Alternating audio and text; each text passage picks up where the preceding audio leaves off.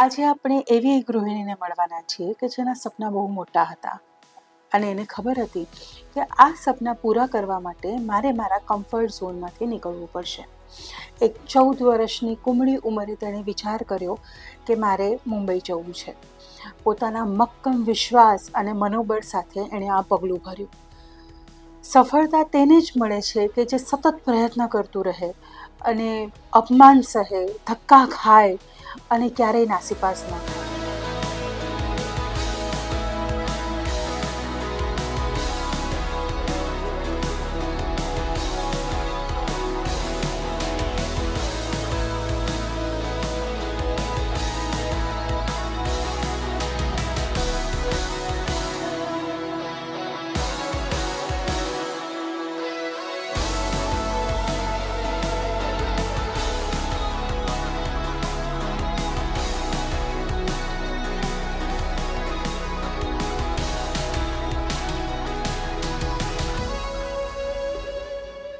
નમસ્તે, હું છું ખુશ્બુ.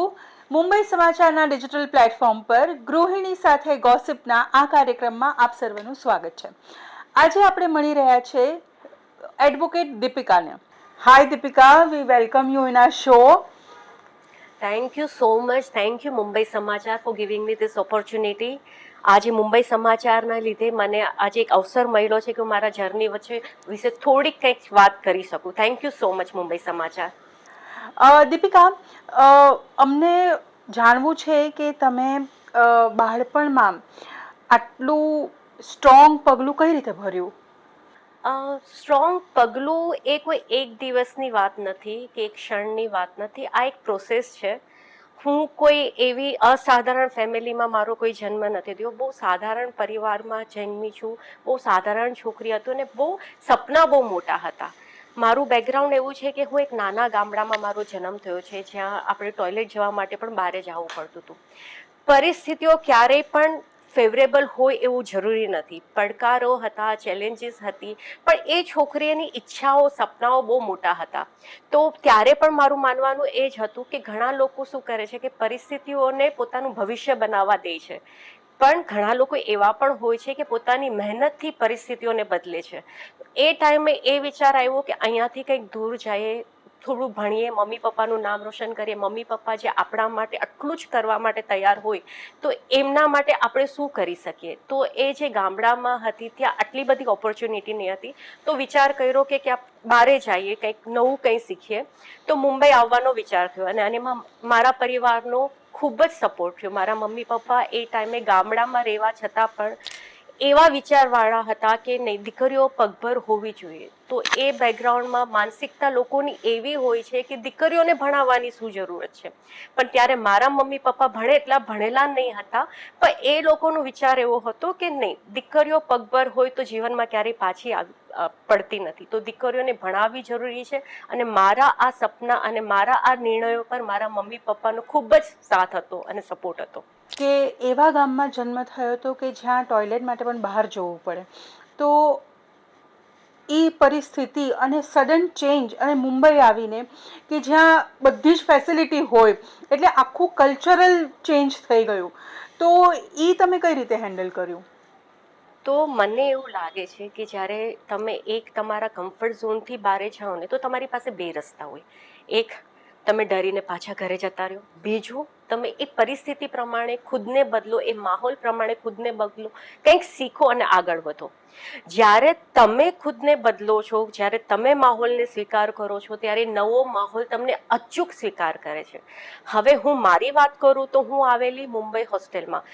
ઓફકોર્સ એ ટાઈમે મમ્મી પપ્પાએ મને ત્યાંથી લઈને મુંબઈ આવવા માટેની હા યા પરવાનગી યા સપોર્ટ યા મંજૂરી એટલા માટે હતી કેમ કે અહીંયા એક હોસ્ટેલ હતી અમારી, કાનભાઈ લાલભાઈ હોસ્ટેલ હતી જ્યાં મેં ભણી છું. ત્યાં એક મેડમ એવા હતા, મંગળા પાઠક કરીને, જ્યાં એ એટલા સ્ટ્રિક્ટ હતા કે તમે રૂમની બહારે પણ એમની પરમિશન વગર ન જઈ શકો. તો એ સ્ટ્રિક્ટ માહોલ હતું. મારું સ્કૂલિંગ પણ એમાં જ કમ્પાઉન્ડમાં જ હતું. સ્કૂલિંગ, જુનિયર કોલેજ પણ ત્યાં જ હતી. તો બહારે જવાનું અલાઉડ હતું જ નહીં. તો એ એક માનસિકતા એવી હતી કે મતલબ મમ્મી પપ્પાને એક થોડુંક સાંત્વન હતું કે ઠીક છે, છોકરાઓ ત્યાં જ રહેવાના છે. તો મને અલાઉ કર્યું કે આપણે મુંબઈ હોસ્ટેલમાં મોકલીએ. તો ત્યાં બહારે જવાનું મતલબ એવું હતું કે 6 મહિના સતત અમે હોસ્ટેલમાં જ રહેતા હતા, કેમ કે મારું અહીંયા પણ કોઈ ઓળખાણવાળું નહીં હતું કે આપણે મહિનામાં એક વખત પણ બહાર જઈ શકીએ. તો 6 મહિના સતત તમે એ જ હોસ્ટેલમાં, ત્યાં જ સ્કૂલ, એ જ કમ્પાઉન્ડમાં રહેવાનું. દિવાળી અને સમર વેકેશનમાં તમને બહાર જવાનું મળે, મતલબ ઘરે આવવાનું મળે, તો તમે તમારા પરિવારને, તમારા મા બાપને વરસમાં ખાલી 2 વખત મળી શકો. પણ એ ટાઈમે હિંમત કરી, કેમ કે જીવન બદલવું હતું, સપનાઓ મોટા હતા અને સપનાઓને સાકાર કરવા હતા. તો મુંબઈ ઘણો સપોર્ટ કર્યો, કેમ કે મુંબઈ એક એવી નગરી છે જ્યાં તમે મહેનત કરો છો તો તમને એનું ફળ મળે છે ને મળે છે, અને મને પણ મળ્યું છે. તમે એમ કીધું કે તમારી જુનિયર કોલેજ એ લાલબાઈ કાનબાઈના કમ્પાઉન્ડમાં જ થઈ, પણ ત્યાર પછી જે કોલેજમાં જવું અને એડવોકેટ બનવું, એ વિચાર કઈ રીતે આવ્યો? ખબર છે, આ વાત એડવોકેટ શબ્દ શું, એનો મતલબ શું છે ને એ મને નહોતી ખબર. પણ હું જ્યારે 2.5 વર્ષની હતી ને, ત્યારે મારા દાદા એમ કહેતા, દીપીને એડવોકેટ બનવું છે. તો ઘણી વખત આપણા બાળપણના સંસ્કાર, આપણો સ્વભાવ, આપણા પરિવારનું કલ્ચર, એ બધું બહુ મોટો રોલ પ્લે કરે છે તમે આગળ જઈને શું તમારો વ્યવસાય પકડો. તો હું નાનપણથી કેવી હતી, સ્પષ્ટ વક્તા હતી, સાચું બોલવાવાળાની સાઈડ લેવાવાળી હતી, ખોટું સહન થાય એવું નહીં હતું, ન્યાય માટે લડવા માટે હતી, સ્ત્રીઓને સન્માન યા પૂરું માન મળે એ માટે હું નાનપણમાં પણ મારો સ્વભાવ એ જ રહ્યો છે. એડવોકેટ બનવા માટે નહીં, પણ એ મૂળભૂત મારો સ્વભાવ એ રહ્યો છે. તો પરિવારવાળાને હંમેશા એ જ હતું કે દીપીને એડવોકેટ બનાવશું. હવે અહીંયા અમે કાનભાઈલાલ, પ્રેક્ટિકલી પ્રોબ્લેમ શું આવ્યા, કાનભાઈ લાલભાઈ હોસ્ટેલમાં તમે જ્યારે ભણતા હતા એ સમયે, હવે તો ઘણું મોડર્ન થઈ ગયું છે અને ઘણી છૂટ છે. એ ટાઈમે એવું હતું કે જ્યારે તમે કાનભાઈ લાલભાઈ હોસ્ટેલમાં ભણતા હોય તો તમારે 12th સુધી ત્યાંની જુનિયર કોલેજમાં ભણવાનું, અને પછી તમારે SNDTમાં BCom કરવાનું. હવે હું એકેડેમિક્સમાં સારી હતી, ઓવરઓલ હોસ્ટેલમાં નામ સારું હતું, તો ત્યાંના ટ્રસ્ટીઓ જે હતા એ ટાઈમના, એ લોકોએ મને ઘણો સપોર્ટ આપ્યો અને એમણે કીધું કે અચ્છા તારે લો કરવું છે, પણ અમે લોકો ટ્રાવેલિંગ અલાઉ તને નહીં કરીએ. હવે એ ટાઈમે ફાયર્સ 2 જગ્યાએ જ થતી હતી, GLC કોલેજ અને રિઝવી લો કોલેજ. પણ GLC લો કોલેજ એ ચર્ચગેટનું ટ્રાવેલિંગ બહુ દૂર થતું હતું, તો એ લોકોએ મને રિઝવી કોલેજમાં લો કરવાનું અલાઉ કર્યું. આવી રીતે ધીરે ધીરે જર્ની આગળ વધી અને મેં LLBમાં એડમિશન લીધું. કોલેજમાં આવ્યા પછી કઈ કઈ ચેલેન્જીસનો સામનો કરવો પડ્યો? તો હવે કોલેજમાં એડમિશન તો લઈ લીધું, પછી આવી મેઇન સ્ટ્રગલ, અને એ સ્ટ્રગલ આવી ભાષાની સ્ટ્રગલ. તો હું કાનભાઈ લાલભાઈમાં 10th સુધી તો ગુજરાતી માધ્યમિક શાળામાં ભણેલી, 11th 12th ઇંગ્લિશમાં હતું, પણ ત્યાં કેમ કે તમે હોસ્ટેલમાં જતા ને બધા ગુજરાતીમાં જ વાત કરતા હતા, તો મારા માટે તો હિન્દીમાં બોલવું પણ એક મોટું ડિફિકલ્ટ એક ચેલેન્જ હતું, બિકોઝ ક્યારે આપણે હિન્દીમાં વાત નથી કર્યું, આપણે ટીવીમાં જોયું છે, પણ જ્યાં સુધી તમે એ લેંગ્વેજને પ્રેક્ટિસ નહીં કરો ત્યાં સુધી તમે એમાં કમ્ફર્ટ લેવલ તમને આવવાનું જ નથી. તો જ્યારે આપણે પહેલી વખત ગુજરાતના લોકો અહીંયા આવે અને વાત કરે તો હિન્દીમાં, બહુ સ્વાભાવિક વાત છે કે હિન્દીમાં પણ ગુજરાતી શબ્દ બોલાય, યા તો તમારો ટોન એ સાઈડનો થઈ જાય.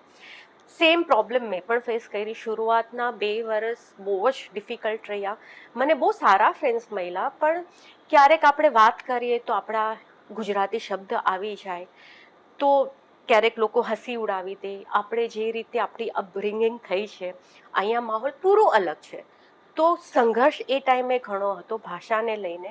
પછી મેં મારી જાતને એ વસ્તુને પડકાર તરીકે લીધી. મેં નોવેલ્સ વાંચવાનું ચાલુ કર્યું, મેં પોતાના ઇંગ્લિશ પર ઇમ્પ્રુવમેન્ટ, મતલબ હું સ્કૂલમાં એવું હતું કે હું ઇંગ્લિશમાં સબ્જેક્ટમાં 20 out of 20 લાવતી, 50 out of 50 લાવતી, 100 out of 100 લાવતી.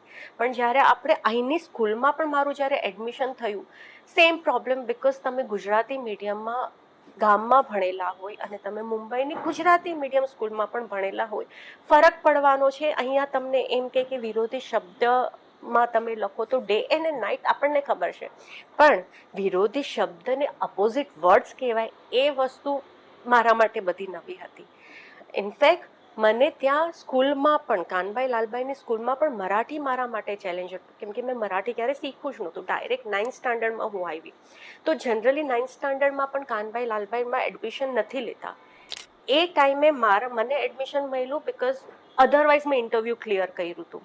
ત્યાં મને બીજી ચેલેન્જ આવી કે તમે તમારા લોકલ પેરેન્ટ કોઈ લાવો, બિકોઝ ક્યારે ઇમરજન્સી આવે તો તમે ત્યાં ગામથી અહીંયા આવવા માટે તમને ઓછામાં ઓછી 24 કલાક લાગશે. તો એ ટાઈમે મારા પપ્પા એટલા સ્ટ્રોંગ હતા કે નહીં, મારી દીકરીનું આ સપનું છે તો આપણે કોઈ બી ચેલેન્જીસ આવશે આપણે સામનો કરશું. પપ્પાએ ક્યાંયથી પણ કોઈ બી કોન્ટેક્ટ કાઢ્યા અને મને ફાઇનલી આવી રીતે કાનભાઈ લાલભાઈમાં એડમિશન મળ્યું.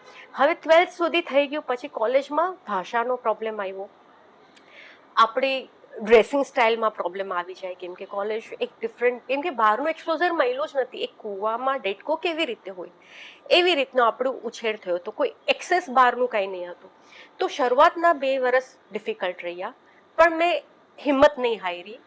આજે હું પોડકાસ્ટ ઇંગ્લિશમાં આપું છું, સેમિનાર્સ આપું છું, વેબિનાર્સ આપું છું. હવે વાંધો નથી આવતો બિકોઝ મેં હિંમત નહીં હારી. તો હિંમત ન હારવી એ, અને ભગવાન સાથે હતા હરેક સ્ટ્રગલમાં, એમની કૃપા દ્રષ્ટિ રહી અને પરિવારનો સાથ રહ્યો.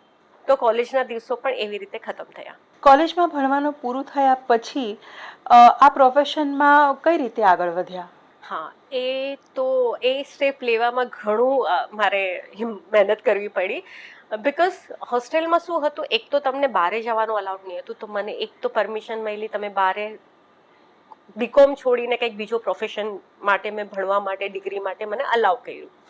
હવે એ કોલેજ હતી 3 કલાકની, સવારે 3 કલાક તમે જઈને આવો, પછી આખો દિવસ શું કરવું.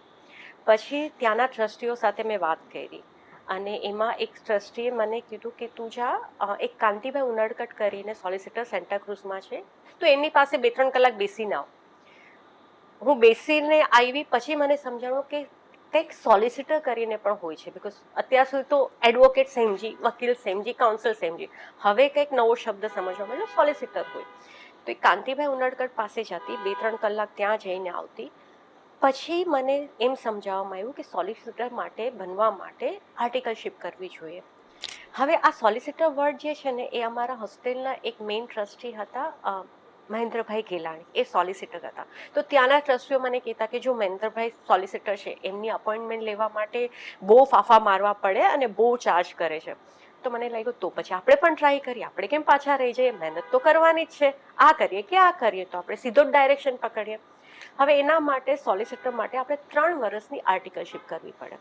પહેલી વાત, એક ચેલેન્જ, હોસ્ટેલમાંથી તમને અલાઉ નહીં કરે. ફેવરેબલ પોઝિશન હતી કે મને ત્યાંના ટ્રસ્ટીઓએ કીધું કે અચ્છા ઠીક છે, તું આર્ટિકલશિપ કર. પણ ટ્રસ્ટીગણમાં અમુક લોકો ફેવરેબલ હતા, અમુક લોકોનું એક હતું કે આપણે જે નિયમ છે એ બધા માટે ઇક્વલી લાગુ પડે, તો આપણે કોઈને આર્ટિકલશિપ માટે અલાઉ કરવા નથી. પણ એ ટાઈમે જેમ તેમ કરીને મેં આર્ટિકલશિપ સાઇન કરી. આર્ટિકલશિપ એક એવી પ્રોસેસ છે જ્યાં તમે કોલેજમાં તમને બધું થિયોરિકલ જ્ઞાન મળે, પણ જ્યારે તમે આર્ટિકલશિપ યા તો ઇન્ટર્નશિપ કરો તો તમને એકચ્યુઅલ ખબર પડે કે પ્રોફેશન શું છે. થિયરી બુક વાંચવું એ અલગ વસ્તુ છે, પ્રેક્ટિકલી બહુ જ અલગ છે. તો આર્ટિકલશિપ કરવાથી ફાયદા એ થયા કે મેં બહુ ગ્રાઉન્ડ વર્ક કર્યું, મેં સ્ટિચ કરવું પડે પેપરને એ કર્યું, કોર્ટ ફી લગાવવા પડે, ડિપાર્ટમેન્ટના કામ કરવા પડે, ડ્રાફ્ટિંગ કરવું પડે, કોર્ટના ધક્કા ખાવા પડે, મજદૂરના બધા જ કામ કરવા પડે. પણ એનો ફાયદો એ થયો, એક સ્કૂલ જેવી થઈ ગઈ કે જ્યાં મને બધું જ શીખવા મળ્યું. અને આજે હું ઇન્ડિપેન્ડન્ટ પ્રેક્ટિસ કરું છું, એમાં મારા આર્ટિકલશિપે ઘણો મોટો રોલ પ્લે કર્યો. ચેલેન્જીસ એ રહી કે હોસ્ટેલમાં અલાઉડ નહીં હતું, તો પછી મારે એ ટાઈમે હોસ્ટેલ છોડવી પડી. અને મારી સાથે મારી સિસ્ટર હતી, અમે લોકોએ હોસ્ટેલ છોડી અને પછી રેન્ટ પર અકોમોડેશન લેવા માટે બોરેવલી શિફ્ટ થયા. હવે ત્યાં મોટી બીજી ચેલેન્જ કે સ્પિન્સ્ટરને એ ટાઈમે રેન્ટ પર કોઈ અલાઉ કરતું નહીં હતું. પછી અમે લોકોએ માળામાં ઇલીગલી રેન્ટ પર રહ્યા, કેમ કે આર્ટિકલશિપ પૂરી કરવી હતી. મગજમાં જોશ હતો કે નહીં, જે લીધું છે હાથમાં એ તો પૂરું કરવું છે. તો આવી રીતે આર્ટિકલશિપ અમે લોકોએ 3 વર્ષની ચાલુ રાખી. લગ્ન ક્યારે થયા અને તમારા હસબન્ડે તમને કઈ રીતે સપોર્ટ કર્યો? સો મારા લગ્ન 2013માં થયા. હસબન્ડનો સપોર્ટ તો હું એમ કહીશ કે કોઈ સ્ત્રી જ્યારે બારે ત્યારે જ સફળ થઈ શકે જ્યારે ત્યારે ઘરમાં એને પૂરો સપોર્ટ હોય. તો મારા હસબન્ડનો રોલ બહુ, હી ઇઝ વેરી સપોર્ટિવ, ઘણો સપોર્ટ એણે મને કર્યો. મતલબ એવું છે કે આપણે જે સ્ત્રી છે ને એ ધારે બધું જ કરી શકે. આપણી શક્તિ એટલી બધી સ્ટ્રોંગ હોય છે, આપણો વિલ પાવર એટલો સ્ટ્રોંગ હોય છે કે આપણા માટે કાંઈ જ અશક્ય નથી હોતું. પણ ક્યારેક થાકી જવાય, ક્યારેક ટેન્શન આવે, ક્યારેક એમ થાય કે બહુ જવાબદારીઓમાં આપણે ફસાઈ ગયા છે, ત્યારે કોઈ એક વ્યક્તિ આપણને એમ કહી દે ને, તું ચિંતા નહીં કર, બધું જ થઈ જશે. આ રોલ છે એક હસબન્ડનો. અને ફોર્ચ્યુનેટલી મને એવા હસબન્ડ મહિલા છે જે મને હંમેશા સપોર્ટ કર્યો છે, હંમેશા એક પિલર તરીકે ઊભા રહ્યા છે. આજે વર્કિંગ વુમન માટે ડે ટુ ડે એક્ટિવિટીઝ, બચ્ચાઓને સ્કૂલે લઈ જવા કે ક્લાસીસમાં મોકલવા, ઓફિસના ટેન્શન. મારો પ્રોફેશન એવો છે કે ક્યારેક સવારે વહેલું જવું પડે તો ક્યારેક સવારે સાંજે આપણે લેટ થઈ જાય. ઘણી વખત જે કાર્યમાં આપણી હાજરી હોવી જોઈએ એ નથી હોઈ શકતી. તો આ જ્યારે ગેપ ફિલ હસબન્ડ કરી દે ને તો લાઈફ ઇઝી થઈ જાય છે. તો મારા હસબન્ડ જ્યારે મારા માટે પોસિબલ નહીં હોય ત્યારે એ રોલ એ પ્લે કરી લે. બચ્ચાઓને ત્યાંથી લાવવા, મૂકવા, યા એમને ભણાવવા, યા બીજી કોઈ બી વાત હોય, બસ એક ખાલી એક શબ્દની જ જરૂર છે કે બધું થઈ જશે. અને એ સપોર્ટ મારા હસબન્ડ મને હંમેશા અચૂક આપે છે. બાળકો સાથે આ બધું કઈ રીતે મેનેજ થાય છે? તો મારે 2 ડોટર છે. હું એવું માનું છું કે જ્યારે એક સ્ત્રી માતા બને છે ને ત્યારે એના સપના પૂરા નથી થઈ જતા. ઇનફેક્ટ વધારે જવાબદારીઓ સાથે આગળ વધવાની એક હિંમત મળી જાય છે. તો જવાબદારીઓ વધી જાય છે પણ સપના પણ ડબલ થઈ જાય છે. તો બાળકોનો રોલ મારા હિસાબે એક સપોર્ટ સિસ્ટમ તરીકે હોય છે. તો મને ક્યારે લોકો કહે ને મેનેજ કરવું, બેલેન્સ કેવી રીતે કરી લો છે, પણ મને લાગતું નથી કે એમાં કંઈ બેલેન્સ કરવા જેવી વાત છે. તમારે મારા હિસાબે તમારી પ્રાયોરિટી ડિસાઈડ કરવાની હોય છે. ઘણી વખત એવું પણ થાય છે કે તમારી કામમાં પ્રાયોરિટી વધારે દેવી પડતી હોય છે કે એ ટાઈમે એ વધારે ઇમ્પોર્ટન્ટ હોય છે. તો એ બાળકોને એ ટાઈમે સમજાવવાના હોય કે બેટા આજે મારે ઓફિસમાં જવું પડશે, તારું આ કામ તું જાતે કરી લેજે. તો 2 વસ્તુ થાય. એક તો આપણને ટેન્શન ઓછું આવે કે હા મારા બાળકો પોતાની રીતે કરી લેશે, અને બીજું બાળકોને સમજાય છે કે હા આ પણ મમ્મીનો એક રોલ છે જે મમ્મીએ પ્લે કરવાનો છે. મમ્મા એક માતા જ નથી, એક વર્કિંગ વુમન છે, એના ઉપર બીજી બહારની પણ જવાબદારી છે. તો તમારા બાળકો પણ ઇન્ડિપેન્ડન્ટ થાય છે અને સમજદાર થાય છે અને તમને ઇમ્પોર્ટન્સ આપે છે કે નહીં, માનો એક મા તરીકે જ નહીં, એક પ્રોફેશનલ તરીકે પણ એના ઘણા બધા કાર્ય હોય છે જે પૂરા કરવા હોય છે. તો ઇટ્સ ઓલ અબાઉટ તમે કઈ વસ્તુને ક્યારે પ્રાયોરિટી આપો. હું કહું તો મારા માટે મારું પરિવાર, મારા બાળકો એ જ મારી પ્રાયોરિટી છે. અને એટલા માટે મેં ક્યારે જોબ કરવાનો નહીં વિચાર કર્યો. મેં ઇન્ડિપેન્ડન્ટ પ્રેક્ટિસ રાખી કે ક્યારેક એવું ન થવું જોઈએ કે જ્યારે મારા બાળકો માટે મારે ઊભું રહેવું હોય ત્યારે હું કોઈ કારણસર ત્યાં ન પહોંચી શકું. એટલા માટે મેં ઇન્ડિપેન્ડન્ટ પ્રેક્ટિસ પ્રિફર કરી કે થોડી ફ્લેક્સિબિલિટી રહે કે હું બાળકોને પણ ટાઈમ આપું અને મારા પ્રોફેશનને પણ ટાઈમ આપું. પણ તો પણ ઘણી વખત એવું થાય છે કે તમારે ડિસાઈડ કરવું પડે છે કે અત્યારે હું ક્યાં પહોંચું. એટલે મેં જેવી રીતે કીધું એમાં પછી હસબન્ડે રોલ પ્લે કરવો પડે છે. તો બેલેન્સિંગ ઇઝ વન પાર્ટ અને giving priority is another part. તો બાળકો એક જીવનમાં એવા મારી સપોર્ટ સિસ્ટમ છે. આજે તો એમની પાસેથી પણ એટલું બધું શીખવા મળી જાય છે. આજે જેમ કે હું ઓફિસ માટે આવતી હતી, મમ્મા તું આવી રીતે સાડી નહીં પહેર, તું આ સાડી પહેર. કંઈક નવું શીખવા મળે, એ લોકોનો એક ડિફરન્ટ વ્યૂ મળે છે. તો મને તો એમ લાગે કે મારા તો ગાઈડિંગ સ્પિરિટ પણ મારા બાળકો જ છે. તો બાળકો સાથે મેનેજ કરવું કાંઈ ડિફિકલ્ટ નથી. It's all here. દરેક સ્ત્રીના શોખ હોય છે. તો આટલી બધી વ્યસ્તતામાં કે જ્યાં ઘરનું કામ, ઓફિસનું, બાળકો, તેમાં પોતાની માટે કઈ રીતે સમય મળે છે?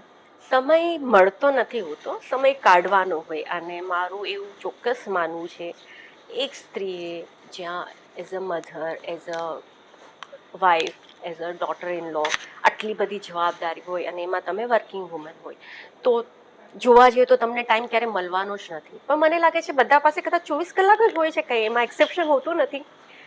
તો આપણે આપણા માટે ટાઈમ કાઢવો જરૂરી છે. અને હું આ પ્લેટફોર્મથી હરેક સ્ત્રીઓને કહેવા માગું છું, તમે તમારા માટે અડધી કલાક, 1 કલાક દિવસની ચોક્કસ ફાળવો. શું થશે એનાથી તમને તમારી જાતને ટાઈમ આપો છો, તમે ખુદને સમજતા શીખશો, તમારે શું જોઈએ છે એ રિયલાઇઝ કરશો. ભલે તમે અડધી કલાક વોક પર જતા રહો, ડાન્સનો શોખ હોય તો ડાન્સ કરી લો. મને ડાન્સનો શોખ છે તો મને ફિઝિકલ એક્ટિવિટી પણ કરવાની છે અને મને મારો શોખ બી પૂરો કરવો છે. તો હું મારી એક્સરસાઇઝ ડાન્સ ફોર્મમાં કરી લઉં. મને મંદિરે જવું ગમે. હું જોવા જઈએ તો મને ટાઈમ મળતો જ નથી, પણ મેં યોગા ક્લાસ એવી જગ્યાએ કર્યા જ્યાં હું હવેલીના દર્શન બી કરી શકું. તો થોડુંક તમારે બેલેન્સ કરવાનું હોય કે મને આ પણ કરવું છે, બે કામ ક્યાં. અને આપણને તો સ્ત્રીઓને તો એ મળેલું જ છે કે આપણે કઈ રીતે, આપણે મેનેજમેન્ટના કોર્સ કરવાની જરૂરત નથી પડતી. We are Born MBA. આપણને ખબર હોય કે કઈ વસ્તુ કઈ જગ્યાએ, બે ત્રણ વસ્તુ એક સાથે ક્યાં કરી લે. મલ્ટીટાસ્કિંગ તો આપણા લોહીમાં હોય છે, તો એ થઈ જાય છે. ઇમ્પોસિબલ ક્યારેય લાઈફમાં કંઈ હોતું નથી. તમારે નક્કી કરવાનું છે કે તમારે શું કરવું છે. અને હું કહું છું કે હર કોઈએ પોતાના માટે 1 કલાક ડેફિનેટલી ફાળવું જોઈએ. સ્પેશિયલી તમારા મેન્ટલ હેલ્થ અને ફિઝિકલ હેલ્થ માટે. એક્સરસાઇઝ કરો, મેડિટેશન કરો, સોંગ સાંભળો, બહારે જતા રહો, કોફી પીવા જાઓ, હસબન્ડને લઈ જાઓ, પણ મજા કરો. તમે મજા કરશો, તમે ખુશ હશો તો તમારું પરિવાર ખુશ હશે. એ જ બધી ઇમ્પેક્ટ તમારા ફેમિલી પર પડશે. તમારા બાળકો જોશે, એ જ જોઈને મોટા થશે કે હા મમ્મા યોગા ક્લાસ પણ જાય છે, મમ્મા આવીને હોમવર્ક પણ જોઈ લે છે, મમ્મા ઓફિસ પણ જાય છે, મમ્માને સેટરડે સન્ડે લાગે કે બચ્ચાઓ માટે કંઈક સારું બનાવવું છે તો એ કુક હોવા છતાં પણ પોતે કંઈક બનાવી લે છે, કેમ કે એક અલગ ખુશી છે. ઘણી વખત ગિલ્ટ ફીલ થાય ને વર્કિંગ વુમન તરીકે કે આ કુકના બનાવેલા રસોઈ જ મારા બચ્ચાઓ ખાય છે, તો એ ગિલ્ટને કાઢી નાખવાની. સેટરડે સન્ડે કંઈક નવી વેરાયટી બનાવો, સાથે ખાઓ, ખુશ રહો. એનાથી આપણે પણ પ્રફુલ્લિત રહેશે. અને જ્યારે એક સ્ત્રી પ્રફુલ્લિત રહે ને તો એક પરિવાર ખુશ જ રહેવાનું છે. અને બાળકોના ભણવામાં પણ એ અસર ડેફિનેટલી પડશે.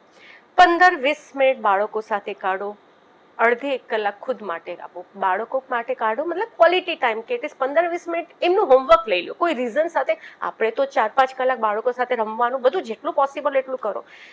પણ ગમે એટલું ટાઈટ શેડ્યુલ હોય ને, 15 મિનિટ હોમવર્કના નામ પર પણ બચ્ચાઓની બુક્સ જુઓ.